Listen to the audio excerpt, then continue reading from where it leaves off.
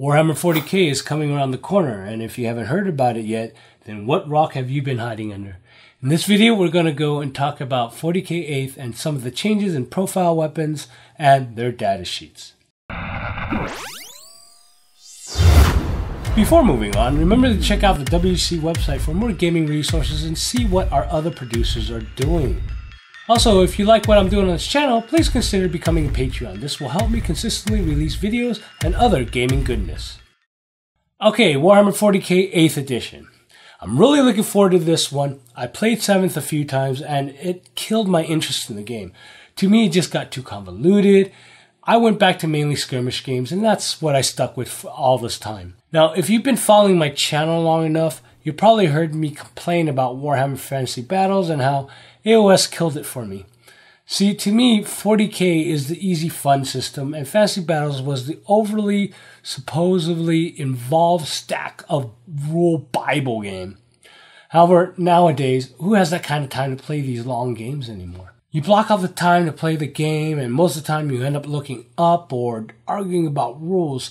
At least that's what it seems to me most of the time when I'm playing Fantasy or 40k.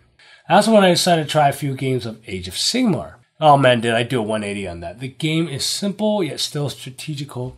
There isn't a Bible full of rules, and the information is organized. Sure, there are some rules that could use some adjustment, maybe some embellishments, but all in all, it's a smooth and fun game. I taught AOS to some of my old 40k friends, and they got into it pretty quick. I even said if they AOS 40k, I totally get back into that. They agreed, and a few months later, GW announced the 8th edition.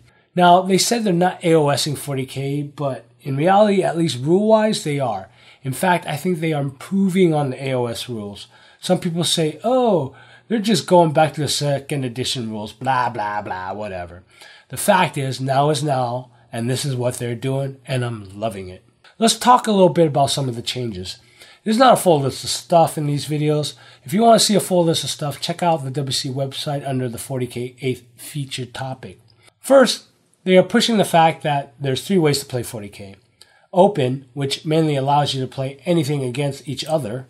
Narrative means that you can play along with a group of scenarios based on the story. And match play, which is a point-by-point competitive game. Now, this is nothing new. Open and match are pretty much in the current edition, and narrative has always been at cons or special box releases and magazines. They just spell them out in the main rule book all in one place. We got a sneak peek at the unit profiles, and the most notable changes are that vehicle, monster, and infantry all use the standard profiles now. The movement stat has been added. Gone are the days of the standard 6-inch movement. The initiative stats is gone, as the charges for the turn will always strike first. Afterwards, it will alternate between the players to choose which unit will fight next.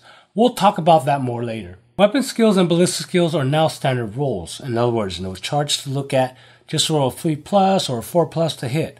Wounding is pretty easy too. If your strength and toughness is the same, it's a 4+ to wound. If the strength is higher than the toughness, then it's a 3+ to wound. If the strength is double the toughness, then it's a 2+ to hit or wound.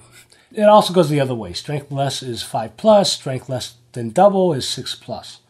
Weapons have changed as well. Big hitting weapons, like a las cannon for a big tough target, tends to do multiple wounds on a hit, and weapons that tend to take out multiple small targets do more hits at a single damage, like the flamer.